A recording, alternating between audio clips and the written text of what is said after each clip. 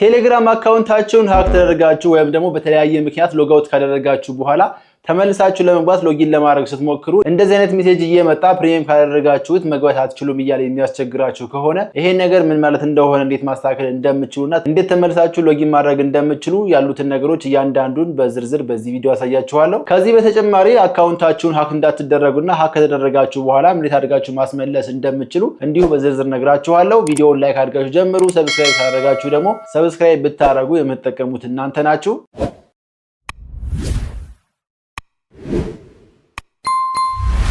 እንደምታውቁት ከዚህ በፊት አዲስ የቴሌግራም አካውንት ለመክፈት ስልክ ቁጥራችሁን ስታስገቡ በዛ ስልክ ቁጥር የኤስኤምኤስ ኮድ ይላክላችኋል። ያንን የሬጂስትሬሽን ኮድ አስገብታችሁ በቀላሉ አካውንት መክፈት ትችሉ ነበረ። በጣም ቀላል ነው። አዲስ አካውንት ለመክፈት ብቻ ሳይሆን በማንኛውም መንገድ ሎጋውት ካደረጋችሁት በኋላ ተመልሳችሁ ሎጊን ስታደርጉ ኤስኤምኤስ ይልክላችኋል። ያንን ኮድ እያስገባችሁ በቀላሉ ሎጊን ማድረግ ትችሉ ነበረ። አሁን ግን እንደዛ የሚባል ነገር የለም። እዚህ ጋር እንደምታነቡት ቢኮዝ ኦፍ ሃይ ኮስት ኦፍ ኤስኤምኤስ ፊ በሀገራችሁ ኤስኤምኤስ መላክ አልችልም። ስለዚህ የኤስኤምኤስ ፊውን እናንተ ፕሪሚየም በማድረግ ክፈሉ ነው ቤዚክ ፖይንቱ። በፊት ያልነበረ አሁን የመጣ ይሄ አሰራር ምን ማለት ነው? ለምንድን ነው ይሄ የመጣ የሚለውን ልንገራችሁ። ቅድም መጀመሪያ ላይ እንደነገርኳችሁ ከዚህ በፊት አካውንት ስንከፍት በጣም ቀላል ነበረ። የሎጊን ኮድ በኤስኤምኤስ ይላክልናል። ያንን ኮድ አስገብተን በቀላሉ አካውንታችንን መክፈት እንችላለን። አሁን ግን እንደዛ ማድረግ አንችልም። ይሄ የሆነበት ምክንያትም ያው እዚህ ጋር እንደምታነቡት ቴሌግራም ለእያንዳንዳችን ኤስኤምኤስ ሲልክልን ለቴሌ ወይም ደግሞ ለሳፋሪኮም ለሰርቪስ ፕሮቫይደሩ ይከፍላል። ስለዚህ ያ ክፍያ ስለተወደደ ለዛ ሁሉ ሺህ ሰው መላክ አልችልም። ስለዚህ እናንተ ፕሪም አድርጉት ነው ዋና ፖይንቱ። ስለዚህ የማይልክበት ምክንያት የኤስኤምኤስ ኮስቱ ወይም ደግሞ ክፍያው ስለጨመረበት ነው። ስለዚህ ኤስኤምኤስ የማይልክላችሁ ከሆነ አዲስ አካውንት የምንከፍተው እንዴት ነው፣ ሎጋውት ካደረግን በኋላ ተመልሰን ሎጊን የምናደርገው እንዴት ነው የሚለው ወደ ሶሉሽኑ ሊሄድና ልንገራችሁ። ያው አዲስ አካውንት ስትከፍቱ ወይም ደግሞ የምትከፍቱበት ስልክ ቁጥር ከዚህ በፊት ምንም አይነት ቴሌግራም ተከፍቶበት የማያውቅ ከሆነ ፕሪሚየም ማድረግ አይጠበቅባችሁም። ኢሜል አስገቡ ይላችኋል። ያንን ኢሜል ታስገባላችሁ። ከዛ ሎጊን ኮድ በዛ ኢሜል ይገባላችኋል። እዛ ኢሜል ላይ የገባላችሁን ኮድ ቴሌግራም ላይ በማስገባት በቀላሉ አዲስ አካውንት መክፈት ትችላላችሁ። ነገር ግን ችግሩ አዲስ አካውንት ካልሆነና ኦልሬዲ የተከፈተበት ከሆነ ሃክ ተደርጋችሁ ከሆነ ወይም ደግሞ በስህተት ሎጋውት አድርጋችሁ ከሆነ እንዴት አድርጋችሁ ትገባላችሁ የሚለው ነው። ስለዚህ ይሄ ነገር ትንሽ ዘርዘር ይላል። እያንዳንዱ ነገር ልንገራችሁ። የመጀመሪያው ማወቅ ያለባችሁ ነገር እዚህ ጋር እንደምታነቡት የአንድ ሳምንት ፕሪሚየም የሚባል ነገር የለም። ቴሌግራም ይሄንን ኦፕሽን ለምን እንዳስቀመጠው አላቅም። ነገር ግን ፕሪሚየም ማድረግ የምትችሉት የ3 ወር የ6 ወርና የ1 ዓመት ብቻ ነው። ኢቭን ቢኖር ራሱ ማለት ነው ቢኖር ራሱ ይሄን ክሊክ አድርጋችሁ ፕሪሚየም መግዛት አትችሉም። ምክንያቱም ከፕሌይ ስቶር ላይ ያወረዳችኋቸው ማንኛውንም አፕሊኬሽኖች ክፍያ የምትፈጽሙት በጉግል ፔይ አማካኝነት ስለሆነ አንድሮይድ እና ጉግል ፔይ ደግሞ የሆነ ያልተስማሙበት ነገር አለ። ምክንያቱም የሚቆርጡት ፊ በጣም ውድ ነው ተባብለው ብቻ ተጣልተዋል። ስለዚህ ይሄንን ሰብስክራይብ የሚለውን ነክታችሁ ሰብስክራይብ ማድረግ አትችሉም ወይም ፕሪሚየም ማድረግ አትችሉም። ስለዚህ መግዛት የምትችሉት ከፍራግመንት.com ላይ ከዌብሳይቱ ላይ ወይም ደግሞ ቴሌግራም ዲስክቶፕ ኮምፒውተራችሁ ላይ ከጫናችሁ በኋላ ካርዳችሁን አስገብታችሁ በዶላር መግዛት ትችላላችሁ። ወይም ደግሞ ስልካችሁ ላይ ቴሌግራም አፕሊኬሽኑን ከፕሌይ ስቶር አወርዳችሁ ሳይሆን ኤፒኬ ፋይሉን ኦፊሻል ኤፒኬ ፋይሉን ዳውንሎድ አድርጋችሁ በካርዳችሁ አማካኝነት መግዛት ትችላላችሁ እንጂ ከፕሌይ ስቶር ላይ አወርዳችሁት ፕሪሚየም መግዛት አትችሉም። ሌላው ቴሌግራም ፕሪሚየም በተመለከተ ማወቅ ያለባችሁ ወሳኝ ነገር በኢትዮጵያ ብር ፕሪሚየም መግዛት አትችሉም። ስልካችሁ ላይ ገብታችሁ እዚህ ጋር እንደምታነቡት ሴቲንግስ ላይ ገብታችሁ ቴሌግራም ፕሪሚየም የሚል አለ። እሱን ክሊክ አድርጋችሁ ስታዩ አኑዋል ብሎ የአንድ ዓመት ወደ 749 ብር ይላል አይደል? ብዙ ሰዎች ፕሪሚየም ሽጥልኝ ይሉኝና ዋጋውን ስነግራቸው እንደ እዚህ ጋር እኮ የአንድ ዓመት 749 ብር ይላል ለምንድን ነው ያንተ 6000 ምናምን ብር የሆነው ይሉኛል። ነገር ግን እዚህ ጋር ያለው 749 ብር ትክክለኛ ዋጋው አይደለም። ምክንያቱም ቅድም እንደነገርኳችሁ ቴሌግራም ፕሪሚየም በብር ማድረግ አትችሉም ብያችኋለሁ። ስለዚህ ማድረግ የምትችሉት አይዘር በዩኤስዲቲ ነው ወይም ደግሞ በቶን ነው። እዚህ ጋር ስክሪንሻቱ ላይ እንደምታነቡት ዛሬ አሁን ይሄን ቪዲዮ በምሰራበት ጊዜ የአንድ ዓመት ወደ 13 ቶን ወይም ደግሞ ወደ $30 የ6 ወር ደግሞ ወደ 8 ቶን አካባቢ ወደ $16 የ3 ወር ደግሞ 5.6 ቶን ወይም ደግሞ ወደ $12 ነው። ስለዚህ ይሄንን በብር ስታስቡት ምን ያህል እንደሆነ ዋጋው ካልኩሌት ማድረግ ትችላላችሁ። ስለዚህ እዚህ አፕሊኬሽን ላይ 749 ብር ምናምን የሚላችሁ አንዱን ዶላር በ25 ብር ምናምን አካባቢ አስቦት ነው። ስለዚህ ይሄ ነገር ትክክል አይደለም። ትክክለኛ ዋጋው እዚህ ጋር አሁን ያሳየዋችሁ ነው። ስለዚህ አካውንታችሁ እንደዚህ የሚላችሁ ከሆነና ሎጊን ማድረግ የማትችሉ ከሆነ ማድረግ ያለባችሁ ግድ አማራጭ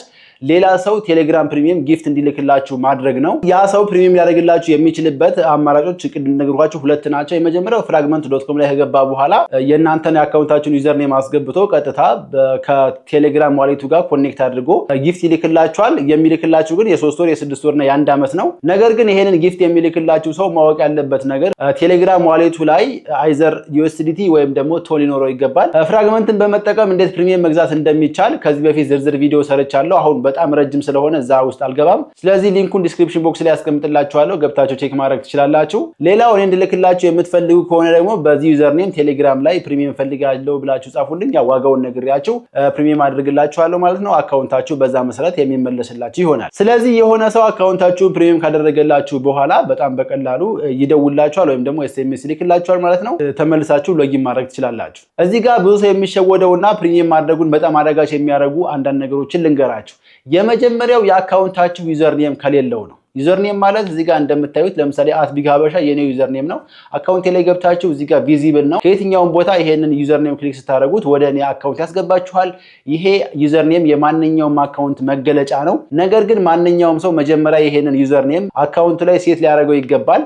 ስለዚህ ሴት ያደረጋችሁ ሰዎች ካላችሁ ግዴታ ሆኑ አካውንታችሁን ዩዘርኔም ልትሰጡት ይገባል። ነገር ግን አካውንታችሁ ዩዘርኔም ከሌለው ማድረግ የምትችሉት ግዴታ በስልክ ቁጥር ነው። ስለዚህ ስልክ ቁጥራችሁን ክሊክ ስታደርጉት እንደዚህ አካውንት ይከፍትላችኋል። እዚህ ጋር ከላይ ነጥቡን ክሊክ አድርጋችሁ ሴንድ ጊፍት ብላችሁ ለዛ ሰው ጊፍቱን መላክ ይችላል ማለት ነው። ነገር ግን በስልክ ቁጥር ሲሆን ዋጋው ትንሽ ወደድ ይላል። ምክንያቱም ጊፍት መላክ የሚቻለው በስታር አማካኝነት ነው። ስታር ደግሞ ትንሽ ወደድ ይላል። ለምሳሌ የ3 ወሩ ወደ 1000 ስታር ነው። 1000 ስታር ማለት በዩዘርኔም ቢሆን የ6 ወር የሚገዛላችሁ ማለት ነው። ስለዚህ የ3 ወር ወደ 4000 ብር ምናምን አካባቢ ሊሆንባችሁ ይችላል። ሌላው አካውንታችሁን ፕሪሚየም ለማድረግ በጣም የሚያስቸግረው ነገር ምንድነው? አካውንታችሁ ዩዘርኔምም ከሌለው በስልክ ቁጥርም የማይገኝ ከሆነ ነው። እንደምታውቁት ማንኛውም ሰው በስልክ ቁጥሩ የቴሌግራም አካውንቱ እንዳይገኝ ማድረግ ይችላል። እዚህ ጋር ገብቶ ይሄንን ሴት ኦን በሚያደርግበት ጊዜ አካውንታችሁ በስልክ ቁጥራችሁ አማካኝነት እንዳይገኝ ማድረግ ትችላላችሁ። ወይም ደግሞ እዚህ ጋር ስልክ ቁጥራችሁን ጽፋችሁ ክሊክ ብታደርጉት እዚህ ጋር ዜር ኢዝ ኖ አካውንት ምናምን ነው የሚላችሁ። ስለዚህ በስልክ ቁጥራችሁ አማካኝነት ቴሌግራማችሁ አይገኝም ማለት ነው። ሶ ይሄ በሚሆንበት ጊዜ ዩዘርኔም ከሌላችሁ በስልክ ቁጥራችሁም እንዳይገኝ ካደረጋችሁት ሌላ ሰው ከዚህ በፊት ቻት አድርጓችሁ ከሆነና አካውንታችሁን ስቲል እዛ ጋር ሰውየው ጋር ካለ የሚያውቀው ከሆነ ያ አካውንታችሁን የሚያውቀው ሰው ጊፍት እንዲልክላችሁ ማድረግ ትችላላችሁ። ነገር ግን ብዙ አስቸጋሪ ነገር አለ። ምክንያቱም እንዴት ጊፍት ማድረግ እንደሚቻል ላያውቅ ይችላል። ፎን ላይኖረው ይችላል። ዩኤስዲቲ ላይኖረው ይችላልና ብዙ አስቸጋሪ ነገሮች ስላሉ ግዴታ በስልክ ቁጥራችሁ መገኘት አለበት ወይም ደግሞ ዩዘርኔም ሊኖረው ይገባል። ኦኬ አሁን ደግሞ እዚህ ሁሉ ጣጣ ውስጥ አንድ ሰው ለምን ይገባል? ከገባህ በኋላስ እንዴት ሊወጣ ይችላል? ማድረግ ያለበት ቅድመ ጥንቃቄ ምንድነው የሚለውን በዝርዝር ልንገራችሁ። የመጀመሪያው ተመሳሳይ የቴሌግራም አካውንት ሁለት ስልኮች ላይ ሎጊን ልናደርግ እንችላለን። እዚህ ጋር ስለዚህ እዚህ ሁለቱም ጋር ሎጊን አድርጌ ምናልባት ይሄንን ሎጋውት ባረጋው እዚህ ጋር ሎጊን ለማድረግ ስሞክር ወደዚህ ቴሌግራም ኤስኤምኤስ ኮድ ይልክልኛል። በቀላሉ እዚህ ጋር ካየው በኋላ ወደዚህ አስገብቼ እዚህ ጋር ሎጊን ማድረግ እችላለሁ። ከአንድ በላይ ዲቫይስ ላይ ሎጊን ካደረጋችሁ በኋላ አንዱን ሎጋውት ብታረጉት ወደዛኛው ወደ ቀረው ዲቫይስ ኮድ ስለሚልክ ያንን እዚህ ጋር ማስገባትና በቀላሉ ሎጊን ማድረግ ትችላላችሁ። ነገር ግን ብዙ ሰው አንድ ዲቫይስ ላይ ብቻ ነው ሎጊን የሚያደርገው። ስለዚህ አንድ ዲቫይስ ላይ ሎጊን አድርጋችሁ ያንን ዲቫይስ ሎጋውት የምታደርጉት ከሆነ ተመልሳችሁ ለመግባት ስትሞክሩ ልክ እንደዚህ አይነት ሜሴጅ ያመጣባችኋል ማለት ነው። ፕሪሚየም ካደረጋችሁ ሎጊን ማድረግ አትችሉ። ስለዚህ በተቻለ መጠን ከአንድ በላይ ዲቫይስ ላይ ሎጊን ብታረጉ የተሻለ አማራጭ ይኖራችኋል። ሌላው እዚህ ጋር ማወቅ ያለባችሁ ነገር ኦኬ አንድ ዲቫይስ ካላችሁ ምንም ችግር የለውም። ነገር ግን ቱ ፋክተር አውተንቲኬሽን የሚያገለግላችሁን ኢሜል ስለማትሞሉ ነው። ስለዚህ ቱ ፋክተር አውተንቲኬሽን ኢሜል ከሌላችሁ ወይም ደግሞ ሞልታችሁ ካልነበረ በኢሜላችሁ ኮድ ሊላክላችሁ አይችልም። ስለዚህ አሁንም ተመልሳችሁ እንደዚህ አይነት ነገር ይገጥማችኋል ማለት ነው። እንዴት ቱ ፋክተር አውተንቲኬሽን መሙላት እንደምትችሉ ወደ በኋላ አሳያችኋለሁ። ሌላው እዚህ ነገር ውስጥ የምትገቡበት ሁለተኛውና ወሳኙ ነገር ደግሞ ሀክ ስለምትደረጉ ነው። ስለዚህ ሀክ ከተደረጋችሁ በኋላ ያ ሀክ ያደረጋችሁ ሰው ከተለያዩ ዲቫይሶች ላይ ሎጋውት ያደርጋችኋል። ቱ ፋክተር አውተንቲኬሽን ኢሜላችሁን ይቀይረዋል። ስለዚህ እናንተ ተመልሳችሁ ለመግባት ስትሞክሩ ከእናንተ ዲቫይስ ላይ ስላስወጣችሁ ኢሜላችሁንም ስለቀየረው ተመልሳችሁ ለመግባት ያስቸግራችኋል። ስለዚህ መቼም ቢሆን ሀክ እንዳትደረጉ ቅድመ ጥንቃቄ ማድረግ አለባችሁ። በጣም ብዙ ሰው ሀክ እየተደረገ ነው። 90% የሚሆኑ ሰዎች ደግሞ ሀክ የሚደረጉበት ምክንያት የማይሆን ሊንክ ስለሚነኩ ነው። ምናልባት የሆነ ሰው እንደዚህ አይነት ሜሴጅ ይልክለታል። ከዛ ይሄንን ሜሴጅ ክሊክ አድርጎ እዚህ ጋር ሎጊን ሲያደርግ አውቶማቲካሊ የእናንተ አካውንት ሀክ ይደረጋል ማለት ነው። ቴሌግራም ላይ ሆናችሁ በተለይ የማታውቁትና የምትጠራጠሩበትን ሊንክ ከሆነ በፍጹም መንካት የለባችሁም። አክቹአሊ መንካቱ ብቻውን ምንም ችግር የለውም። ነገር ግን በጣም ብዙ ሰው ከነካው በኋላ ሪል ቴሌግራም ስለሚመስለው ሎጊን ለማድረግ ይሞክራል። ስለዚህ ሎጊን ካደረጋችሁና እዚህ ጋር የሚያመጣላችሁን ኮድ ካስገባችሁ ተበላችሁ ማለት ነው። ስለዚህ ተመልሳችሁ ሎጊን ለማድረግ ስትሞክሩ እንደዚህ አይነት ሜሴጅ ይመጣባችኋል። ሌላው አንድ ነገር ማወቅ ያለባችሁ አሁን ሰሞኑን ፋይንድ አውት ያደረኩት ነገር ምንድነው? ከቴሌ ሲም የምትገዙ ከሆነ በተለይ የቅርብ ጊዜ ሲሞችን የምትገዙ ከሆነ ከፍተኛ ጥንቃቄ ማድረግ አለባችሁ። ምክንያቱም አንድ ሰው አይ ቲንክ ለ2 ወር ለ3 ወር ብቻ ከዛ በላይ በዛ ሲም የማይጠቀምበት ከሆነ ቴሌ ያንን ስልክ ቁጥር ለሌላ ሰው ያስተላልፈዋል። ስለዚህ ያ ሰው መጀመሪያ ቴሌግራም ከፍቶበት ከነበረ እንዲህ አይነት ሜሴጅ ያመጣላችኋል ወይም ደግሞ ፕሪሚየም ካደረጋችሁ ልትከፍቱ አትችሉም ማለት ነው። ያው ምክንያቱም ቴሌግራም አንዴ በዛ ቁጥር አካውንት ከተከፈተበት ከ1 ዓመት እስከ 2 ዓመት ያ ቁጥር ካልቆየ በስተቀር አካውንቱ አውቶማቲካሊ ተርሚኔት አይሆንም። ስለዚህ ስትገዙ እንዲህ አይነት ጥንቃቄዎችን ማድረግ አለባችሁ። ሰው አሁን ደግሞ አካውንታችሁን ሀክ እንዳትደረጉ ማድረግ ያለባችሁን ቅድመ ጥንቃቄ ምን እንደሆነ ልንገራችሁ። የመጀመሪያው ነገር ከአንድ በላይ ዲቫይሶች ላይ ሎጊን ብታረጉ ይመከራል። ቅድም እንደነገርኳችሁ አንዱ አክሰስ ብታጡ በዛኛው የማግኘት እድል ስለሚኖራችሁ በተቻለ መጠን ከአንድ በላይ ዲቫይሶች ላይ ሎጊን ለማድረግ ሞክሩ። ሁለተኛውና በጣም ወሳኙ ነገር ብዙ ጊዜ ይነገራል፣ ብዙ ሰው ያውቀዋል፣ ነገር ግን የማይተገብረው ምንድነው? ቱ ፋክተር አውተንቲኬሽን ኦን አታርጉ። ኢቭን አሁን ይሄን ቪዲዮ እያያችሁ አሁን ስልካችሁን አንስታችሁ ቱ ፋክተር አውተንቲኬሽን ኦን ማድረግ ይኖርባችኋል። ይሄ ቱ ፋክተር አውተንቲኬሽን የሚጠቅማችሁ ምንድነው? በተለያየ ምክንያት አካውንታችሁን አክሰስ ብታጡ የሎጊን ኮድ ወደዛ ኢሜይላችሁ ስለሚላክላችሁ በጣም በቀላሉ በዛ ምክንያት ሎጊን ማድረግ ትችላላችሁ። ቱ ፋክተር አውተንቲኬሽን ኦን ለማድረግ መጀመሪያ ሴቲንግ ላይ ከገባችሁ በኋላ እዚህ ጋር ፕራይቬሲ ኤንድ ሴኩሪቲ የሚለውን ክሊክ ታደርጉና ቱ ስቴፕ ቬሪፊኬሽን የሚለውን ኦን አድርጋችሁ እንደዚህ ይገባላችኋል። ስለዚህ በዚህ መሰረት ቱ ፋክተር አውተንቲኬሽን ኢሜል ሰጣችሁ ፓስወርዳችሁን ልታስታውሱት ይገባል ማለት ነው። ሌላኛው ሎጊን ኢሜል አለ። ይሄንን ሎጊን ኢሜል የሚለውን ክሊክ ካደረጋችሁ በኋላ ሎጊን ኢሜል ይሰጣላችሁ። ስለዚህ ከዚህ በኋላ በማንኛውም መንገድ ሎጊን ለማድረግ ሲሞክሩ የምትጠቀሙት ይሄንን ኢሜል ነው ማለት ነው። ነገር ግን ብዙ ሰው እውነት ለመናገር የኢሜል አክሰሱ ራሱ የለውም፣ ወይ ፓስወርድ ላይ አያስታውሰውም፣ ወይም ደግሞ ኢሜሉን ከነጭራሹ አክሰስ ማድረግ አይችልም። ስለዚህ ይሄም ከሆነ በጣም ከፍተኛ አደጋ ላይ ነው ያላችሁት። ኢንተርኔት የሚጠቀም ማንኛውም ሰው በየትኛው መንገድ ቢሆን የግድ ኢሜሉን ሊያስታውሰውና ለኢሜሉ ከፍተኛ ጥንቃቄ ሊያደርግ ይገባል። ምክንያቱም ኢሜላችሁ ማለት አንገታችሁ ማለት ነው። ስለዚህ አንገት ከተቆረጠ ምንም ተስፋ እንደሌላችሁ ሁሉ ኢሜላችሁን አክሰስ ማድረግ የማትችሉ ከሆነ ተስፋ የላችሁም እናንተ። ስለዚህ ስልካችሁን አጥፋፍታችሁ ኦፍላይን ነው መኖር ያለባችሁ። ሌላኛው አሁን ቴሌግራም በቅርቡ ያስተዋወቀው በጣም ወሳኙ ነገር ሎጊን ለማድረግ የምንጠቀምበት ፓስኪ ይባላል።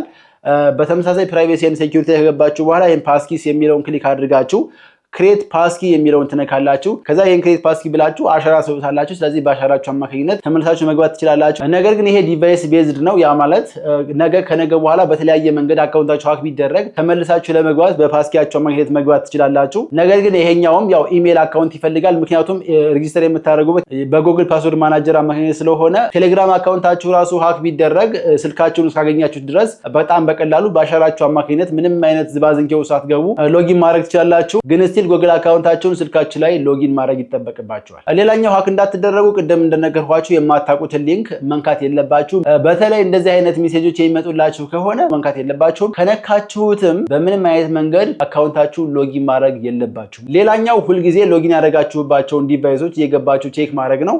ይህንን ለማድረግ ሴቲንግስ ላይ የገባችሁ በኋላ ዲቫይስስ የሚል አለ። እሱን ክሊክ አድርጋችሁ ቴሌግራም አካውንታችሁ ሎጊን ያደረጋችሁባቸው አካውንቶች እዚህ ጋር ዘርዝረው ታገኛላችሁ። ይሄኛው ዚስ ዲቫይስ የሚለው አሁን ሎጊን ያደረጋችሁበት ይሄኛው የያዛችሁ ስልክ ነው። ከዛ ውጭ ያሉ ስልኮች አክቲቭ ሴሽንስ ብሎ የሚያሳያችሁ፣ ሌሎቹ ዲቫይሶች ደግሞ ስልክ ካላችሁ ኮምፒውተር ካላችሁ ወይም ደግሞ ዌብ ላይ ሎጊን አድርጋችሁ ከሆነ እነሱ ናቸው። ስለዚህ እዚህ ጋር በዝርዝር ምንነታቸውን ያሳያችኋል። እዚህ ጋር የስልኩን አይነት አፕሊኬሽን እንደሆነና የት አካባቢ ሎጊን እንዳደረጋችሁ ያሳያችኋል። ለምሳሌ ሳምሰንግ ጋላክሲ S24 አልትራ ይሄኛው ነው። ከዛ ፕላስ ሜሴንጀር ያው ቴሌግራም ፕላስ ስለምንጠቀም ነው። አዲስ አበባ ብሎ መቼ ሎጊን እንዳደረኩ ወይም አክቲቭ እንደሆንኩ ያሳየኛል። እንደዚህ ያያችሁት የእናንተ የማታውቁት ወይም ደግሞ ሌላ ሀገር ከሆነ ወይም የማትጠቀሙት ዲቫይስ ከሆነ ለምሳሌ አይፎን የሚላችሁ ከሆነና አይፎን የማትጠቀሙ ከሆነ ይሄንን ክሊክ አድርጋችሁ እዚህ ጋር ተርሚኔት ሴሽን የሚለውን ክሊክ በማድረግ ተርሚኔት ማድረግ ይጠበቅባቸዋል። ሌላኛው ቅድም እንደነገርኳችሁ አካውንታችሁን ዩዘርኔም ሊሰጡት ይገባል። ስለዚህ አካውንታችሁን ዩዘርኔም ለመስጠት ምን ታደርጋላችሁ? እዚህ ጋር ፕሮፋይል የሚለውን ክሊክ አድርጋችሁ በኋላ ኤዲት ኢንፎ የሚል አለ። ይሄንን ክሊክ አድርጋችሁ እዚህ ጋር ዩዘርኔም የሚል አለ። እሱን ክሊክ አድርጋችሁ በኋላ እዚህ ጋር የእናንተን ዩኒክ የሆነ ዩዘርኔም ሰጡታላችሁ። ዩዘርኔም በምትሰጡበት ጊዜ አንደኛ ያልተያዘ መሆን አለበት። የእናንተ ዩኒክ የሆነ መሆን አለበት። ማለት ለምሳሌ የኔ ቢግ ሀበሻ የሚለውን እናንተ መያዝ አትችሉም፣ ምክንያቱም ኦልሬዲ እኔ ስለያዝኩት። ስለዚህ እንደዚህ ስታደርጉ ዚስ ሊንክ ኢዝ ኦልሬዲ ቴክን ካላችሁ ኦልሬዲ ስለተያዘ ሌላ መጨመር ይኖርባችኋል። አቬሌብል እስከሚላችሁ ድረስ መቀጠል ይጠበቅባችኋል። ሌላኛው ስፔሻል የሆኑ ካራክተሮችን መጠቀም አትችሉ፣ ስፔስ ማድረግ አትችሉም፣ የሆነ ለየት ያለ ቁጥር ወይም እንደዚህ አይነት ነገሮችን መጠቀም አትችሉም። ስለዚህ ይሄ ነገር ኢንቫሊድ ይላችኋል። መጨረሻ ላይ ዚስ ኢዝ አቬሌብል በካላችሁ በኋላ ይሄን የራይት ምልክቱን ነክታችሁ ዩዘርኔም መስጠት ትችላላችሁ ማለት ነው። ምናልባት በተለያየ ምክንያት ዩዘርኔም መስጠት የማትፈልጉ ከሆነ ዩዘርኔም በጣም አሪፍ ነው፣ ምንም አይነት ሳይድ ኢፌክት የለውም። ነገር ግን እንደው የማትፈልጉ ከሆነ ግዴታ በስልክ ቁጥራችሁ እንድትገኙ ማድረግ አለባችሁ። ይሄንን ለማድረግ ደግሞ ሴቲንግ ላይ የገባችሁ በኋላ ፕራይቬሲ ኤንድ ሴኩሪቲ ትገባላችሁ። ከዛ እዚህ ጋር ፕራይቬሲ ብሎ ፎን ናምበር ይላል። ይሄን ክሊክ ካደረጋችሁ በኋላ who can see my phone number የሚለውን ይሄንን ኖበዲ ማድረግ ትችላላችሁ። ነገር ግን ቀጣዩ who can find me by my number የሚለውን ግን everybody ማድረግ ይኖርባችኋል። በዚህ መሰረት ሴት አድርጋችሁ ትወጣላችሁ ማለት ነው። ቴሌግራም ፕሪሚየም ከዚህም የበለጠ በጣም ብዙ ጥቅሞች አሉት። የአካውንታችሁን ለማስመለስ ብቻ ሳይሆን የቢዝነስ እና የኖርማል የፕሪሚየም ፊቸሮች ስላሉት ቴሌግራም ፕሪሚየም ብትጠቀሙ በጣም ብዙ ነገር ታገኛላችሁ። በተለይ ቢዝነስ ኦነር ከሆናችሁ ኦንላይን ላይ የምትሰሩ ከሆነ ምናምን በጣም ብዙ አድቫንቴጆች አሉ። ስለዚህ ቴሌግራም ፕሪሚየም ብታደርጉ ብዙ ጥቅሞችን ታገኛላችሁ። ሰው ፕሪሚየም ማድረግ የምትፈልጉ ከሆነ በዚህ ዩዘርኔም ቴሌግራም ላይ ፕሪሚየም ፈልጋለሁ ብላችሁ ጻፉልኝ። ዋጋውን ልኬላችሁ አይታችሁ መግዛት ከፈለጋችሁ ትገዛላችሁ ማለት ነው። በተረፈ ይመቻችሁ። ፒስ